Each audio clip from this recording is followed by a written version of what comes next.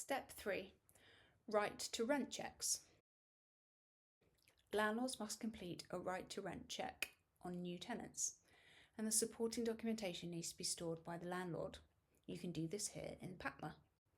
Click Add Document, and here you can upload the tenant's verification document for secure storage in the cloud.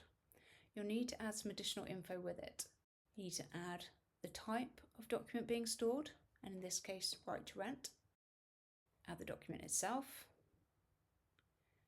Label your document.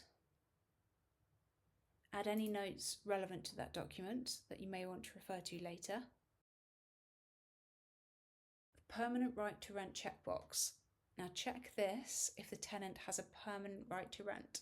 Leave it unchecked if they do not. Right to rent expiry recheck date. The date that the tenant must supply a new right to rent document. Leave blank if their right to rent is permanent, and then click Save.